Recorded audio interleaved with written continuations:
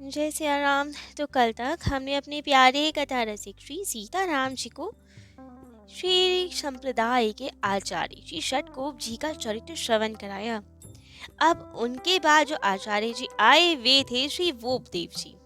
ये वही आचार्य हैं जिन्होंने श्रीमद् भागवत जी का प्राकट्य किया।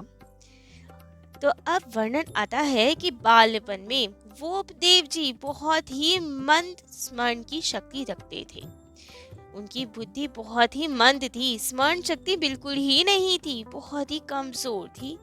कुछ भी याद नहीं रहता था उन्हें, जितना वे याद करते थे उतना ही भूल जाते थे। अध्यापक लोग पढ़ा पढ़ा के लिखा के समझा कर हार गए, परंतु इनमें कोई सुधार ही नहीं हुआ। तो अंत में तो विद्यालय से इन्हें निकाल दिया गया, बहिष्कृत कर दिया गया और ये बहुत ही दुखी हुए, लक्ष्यहीन हो गए। क्या किया जाए, अब हार गए। अब तो थक हार के चलते चलते चलते दुखित मन से एक कुएं के पास जाके बैठ गए, विश्राम करने लगे। कुछ समय बाद उस कुएं पे कुछ माताएं आई, स्त्रियां आई जल भरने। तो अब सब जब जल भरने लगी तो इनका ध्यान गया कुएं की रस्सी पर कि कैसे माताएं जल भर रही हैं। और अब वही ध्यान लगाते लगाते इन्होंने देखा कि जो रस्सी है, तिनकों से बनी हुई रस्सी होती है वो, और कुएं की जो पटिया थी वो तो पत्थर की बनी हुई थी। लेकिन अब इन्होंने जब ध्यान से देखा तो वो पत्थर की पटिया में दो दो उंगल गहरे निशान बन गए थे, वही रस्सी से। बहुत आश्चर्य हुआ कि अरे, तिनकों से बनी हुई रस्सी से बार बार रगड़ खाते खाते पत्थर की पटिया में भी निशान पड़ गए, वो भी इतने गहरे। क्योंकि बार बार वो जल जब भरती औरतें तो वो रस्सी से रगड़ खाता पत्थर, और बार बार रगड़ खाते खाते खाते इतने समय बाद उसमें इतने गहरे निशान पड़ गए। अब इसी पे विचार करते करते उनको प्रेरणा मिली कि हमारा मस्तिष्क विश्व पाषाण के जैसा ठोस है, लेकिन इससे ज्यादा ठोस तो नहीं हो सकता ना। कितना भी मैं मंदबुद्धि हूँ, कितना भी कठोर मस्तिष्क हो मेरा, लेकिन इस पाषाण से कठोर तो नहीं हो सकता ना। तो फिर हम क्यों नहीं अभ्यास कर सकते, हम में ऐसे निशान क्यों नहीं बन सकते। जब पत्थर पे तिनकों की रस्सी से निशान बढ़ सकते हैं बार बार रगड़ खाने से, तो मेरे मस्तिष्क में क्यों नहीं पड़ सकते निशान, मुझे सफलता क्यों नहीं मिल सकती। अवश्य ही मिलेगी। अब तो दृढ़ निश्चय हो गए कि मैं भी बार बार अभ्यास करूंगा, कभी तो आएगा ना मुझे। तुरंत उसी समय पुनः विद्यालय को गए, अपने बड़े ही विनय करके मनोयोग पूर्वक प्रार्थना की और स्मरण में जुट गए। अब तो जो अध्यापक करते उनका बार बार अभ्यास करते ये, और परिणाम ये हुआ कि आगे चलकर इनकी मेधा, इनकी स्मरण शक्ति इतनी प्रखर हो गई कि अब ये जिस भी ग्रंथ को हाथ में लेते उसे रट डालते। और तभी से ये दोहा भी प्रसिद्ध हो गया, करत करत अभ्यास के जड़मति होत सुजान, रसरी आवत जात ते सिल पर बनत निशान। तो अब तो खूब ग्रंथों का पाठ करते, सबका अध्ययन करते ये मेधा शक्ति बहुत अच्छी हो गई इनकी। 18,000 श्लोक वाले श्रीमद् भगवत पुराण इनको कंठस्थ हो गया, पूरा याद हो गया। परंतु आज और कल हमने ये कहा कि वोपदेव जी वे आचार्य हैं जिन्होंने श्रीमद् भागवत रूपी माखन को प्रकट किया। तो ये कैसे हुआ? यदि भागवत जी को इन्होंने प्रकट किया तो अभी हमने कहा कि इनको महाभागवत कंठस्थ हो गया, तो पहले से था क्या महाभागवत, या इन्होंने प्रकट किया? क्या है सच्चाई? तो असल में जिस समय की ये बात है उस समय मुसलमानों का शासन था, और मुसलमान हिंदू धर्म ग्रंथों को खोज खोज कर जला दिया करते थे। कहते हैं कश्मीर में पुस्तकालय था एक हिंदुओं का, 6 महीने तक उसमें आग लगी रही, इतने सारे ग्रंथ थे उसमें जो मुसलमानों द्वारा जला दी गई थी। नालंदा यूनिवर्सिटी और भी बहुत सारे ऐसे थे जहां हमारे ग्रंथ देखते थे वे जला दिया करते थे, क्योंकि सनातन धर्म को मिटाना चाहते थे वे।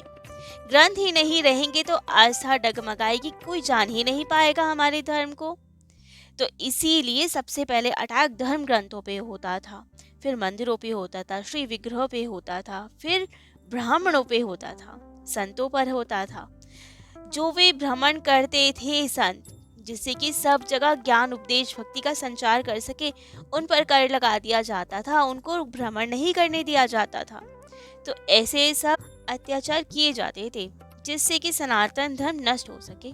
लेकिन सनातन का तो अर्थ ही है जो कब से चला आ रहा है, जिसका अंत ही ना हो सके, वही तो सनातन है, जिसका आदि अंत कुछ नहीं है। तो सनातन धर्म नहीं मिट सकता। अब मुसलमान सिपाही वगैरह हमारे ग्रंथों को जला देते थे, उसी से रसोई भी बना लेते थे। इन्हीं सब विध्वंस में श्रीमद् भागवत महापुराण एकदम विलीन हो गया था, क्योंकि हर जगह से जला दिया गया था, तो इसका एक भी ग्रंथ उपलब्ध ही नहीं था।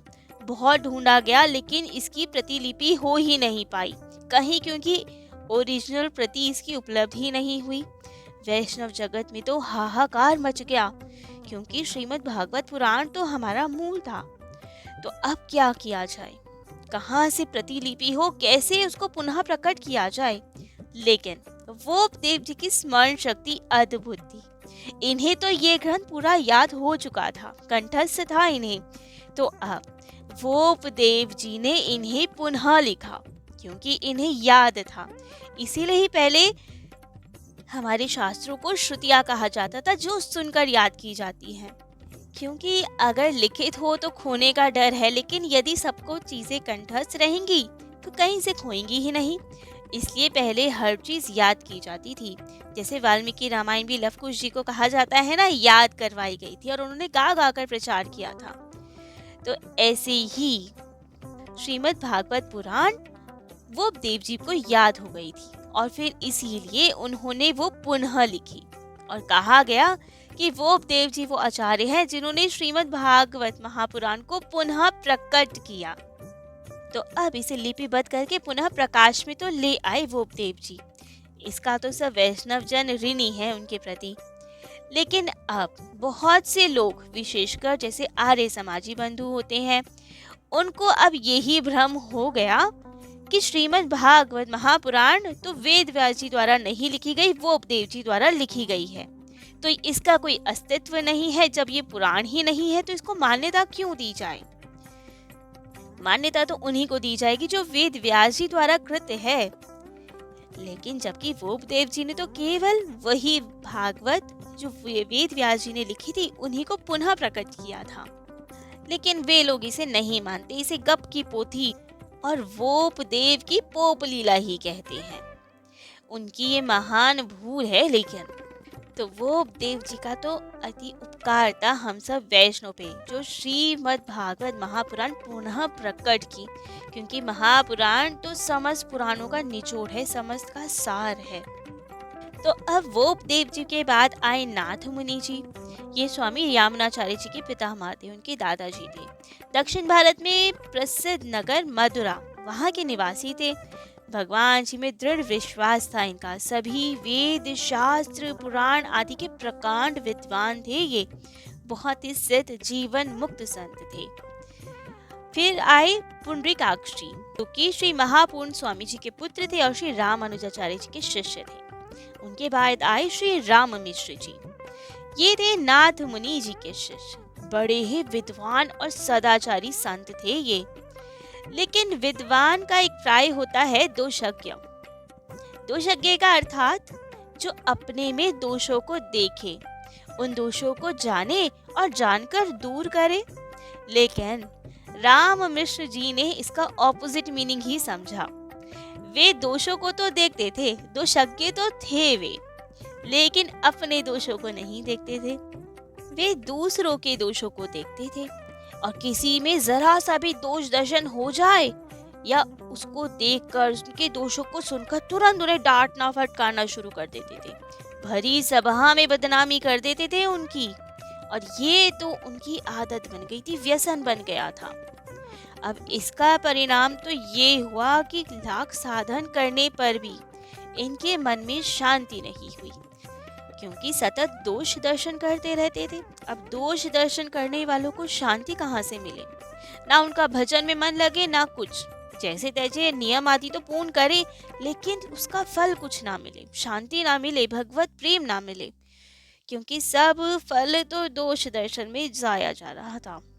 अब मन की इस उलझनों को कैसे मिटाया जाए, कैसे हृदय में शांति आए, कुछ समझ ना आए। अब तो कहीं भी किसी विद्वान का, सिद्ध का, साधक का नाम सुनते तो तुरंत उनके पास जाते, और जो कुछ भी साधना कोई भी बताए तुरंत उसको करने में जुट जाते। खूब मन लगा के वो साधना करते कि किसी तरह हमारे हृदय में शांति तो आए। सबसे उपाय पूछते कि क्या साधन किया जाए जिससे हृदय में शांति हो। लेकिन शांति मिलने की जगह अशांति बढ़ती जा रही थी। दिन प्रतिदिन अशांत होता जा रहा था उनका हृदय। अब एक दिन राम मिश्र जी को महात्मा पुंडरीकाक्ष जी मिले। उनकी सेवा में गए और बोले, भगवान, मेरा मन में स्थिरता नहीं आ रही है, क्या कारण है इसका? शायद मैं अपने निज धर्म में दृढ़ नहीं हूँ, तो कृपा कर मुझे ऐसा कोई साधन बताइए जिससे मैं अपने धर्म में दृढ़ हो सकूं, मेरे हृदय में शांति मिल सके, क्योंकि मेरा हृदय बहुत अशांत रहता है। अशांत हृदय में ठाकुर वास कैसे करें? तब तो पुंडरीकाक्ष जी ने कहा, जिस उपाय से दृढ़ता प्राप्त होगी वो उपाय आप कर नहीं सकते, तो बताने का क्या लाभ है? व्यर्थ है आपको बताना, आप चले जाइए। लेकिन राम मिश्र जी ने कहा, नहीं नहीं भगवान, आप बताएं, मैं अवश्य करूंगा। आज तक जिसने जितने भी साधन बताए मैंने मनोयोग से किए हैं। आप भी साधन बताइए ना, कैसे मेरे हृदय को शांति मिलेगी? कहा कि मैं सर्वस्व त्याग करने को भी तैयार हूँ, लेकिन मेरे को शांति चाहिए।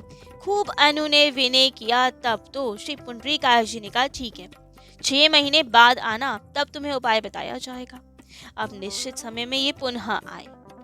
तब तो आचार्य जी ने कहा, दूसरे के दोषों को छुपाएं और अपने दोषों को प्रकट करें, तभी तो मानसिक दुर्बलता दूर होगी, निज धर्म में दृढ़ता होगी। और तब राम मिश्र जी की आंखें खुली, उन्हें समझ आया अपना दोष।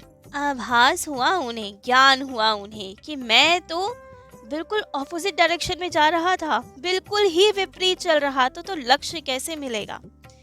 दूसरों के दोषों को छुपाना चाहिए और अपने दोषों को प्रकट करना चाहिए। और मैं अपने दोषों को तो छुपाता फिरता हूँ और दूसरों का छोटा छोटा दोष भी भरी सभा में प्रकट कर देता हूँ, इसीलिए तो हृदय में अशांति है।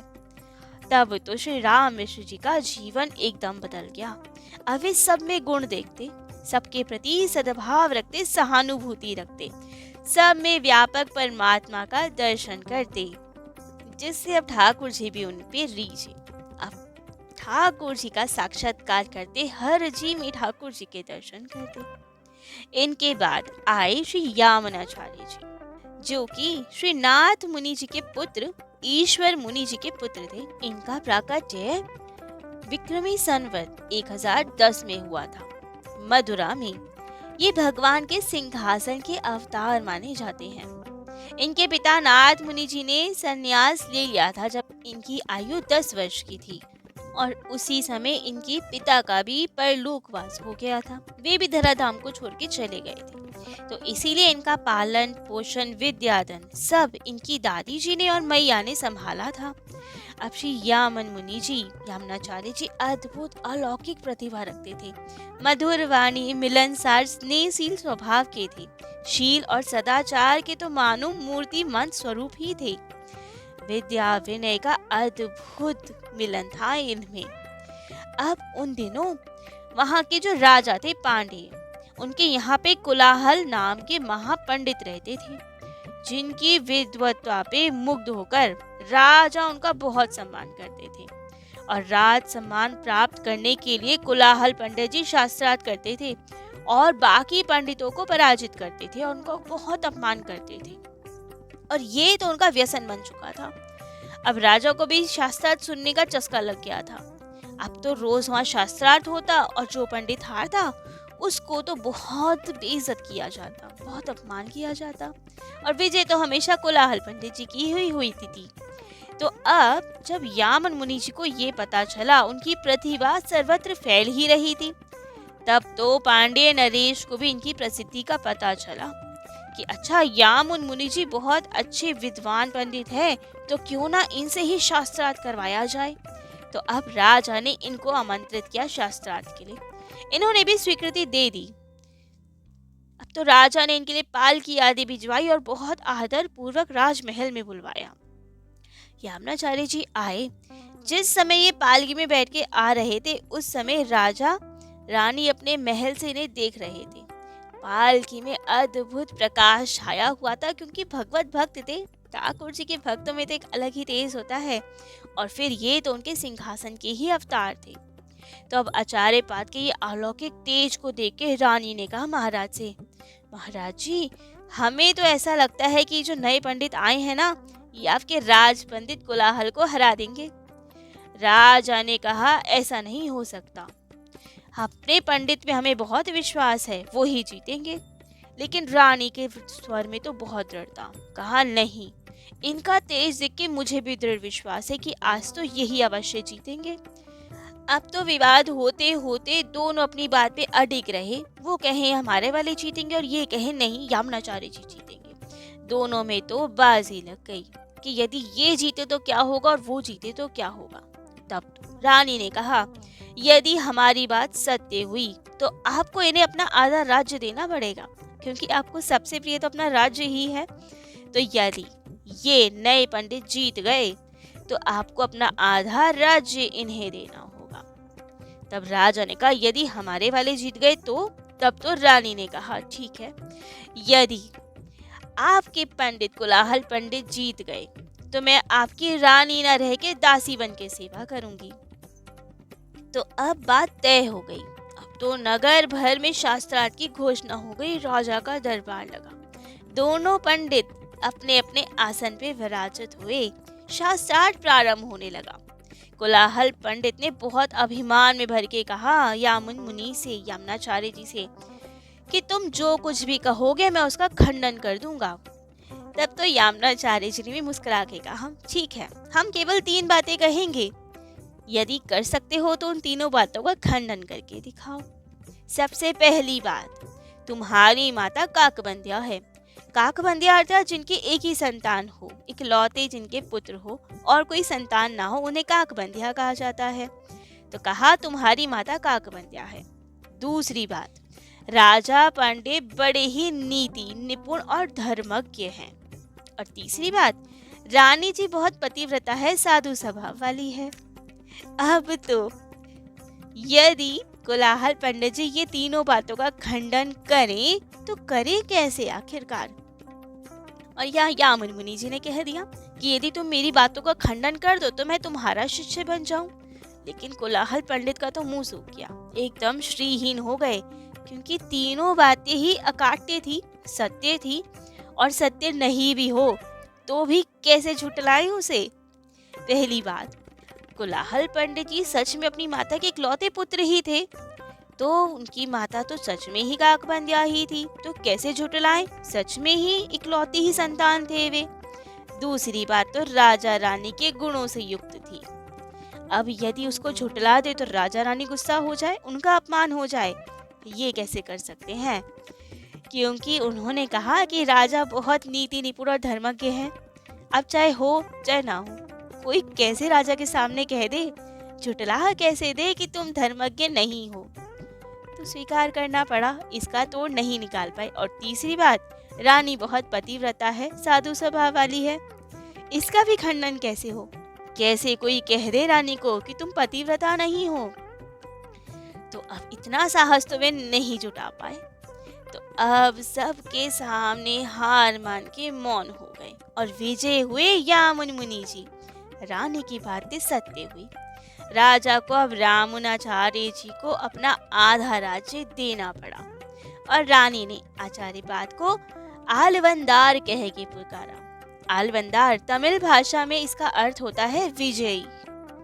आगे चलकर ये आलवंदार ही कहे जाने लगे और इनका रचा हुआ स्तोत्र रतन, उसको भी आलवंदार स्तोत्र कहा जाने लगा।